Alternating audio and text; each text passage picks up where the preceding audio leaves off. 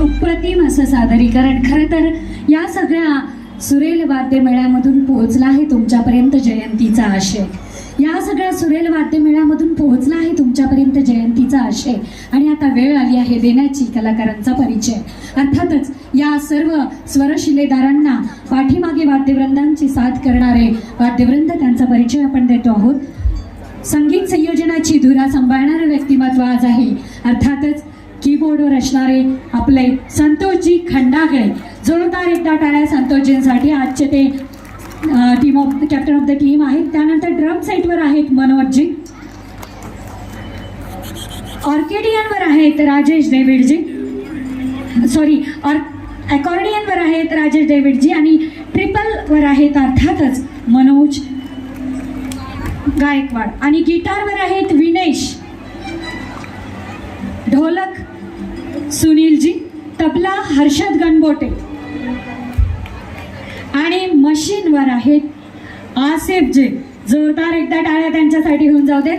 आणि निवेदनासाठी असणारे प्रसिद्ध निवेदक अभय गोखले आणि त्यांच्याबरोबर मी.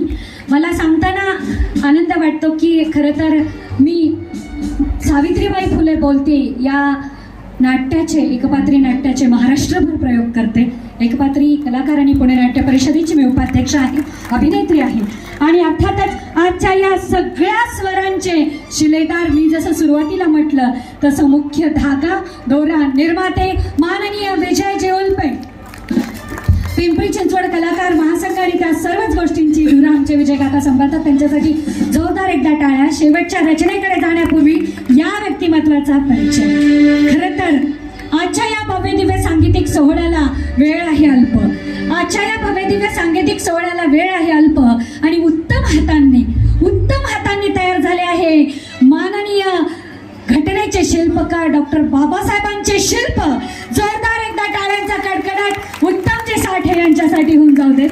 आणि हा भव्य दिव्य सोहळा पुन्हा एकदा तुमच्या सगळ्यांच्या समोर साकार झाला. ते प्रोडक्शन जयेंद्र प्रोडक्शन यांच्यासाठी सुद्धा जोरदार एकदा टाळ्या विजय काकांसाठी. आणि शेवटची रचना आपण घेतो आहोत आणि अर्थातच आपल्या महाराष्ट्राच्या मायभूमीला नमन.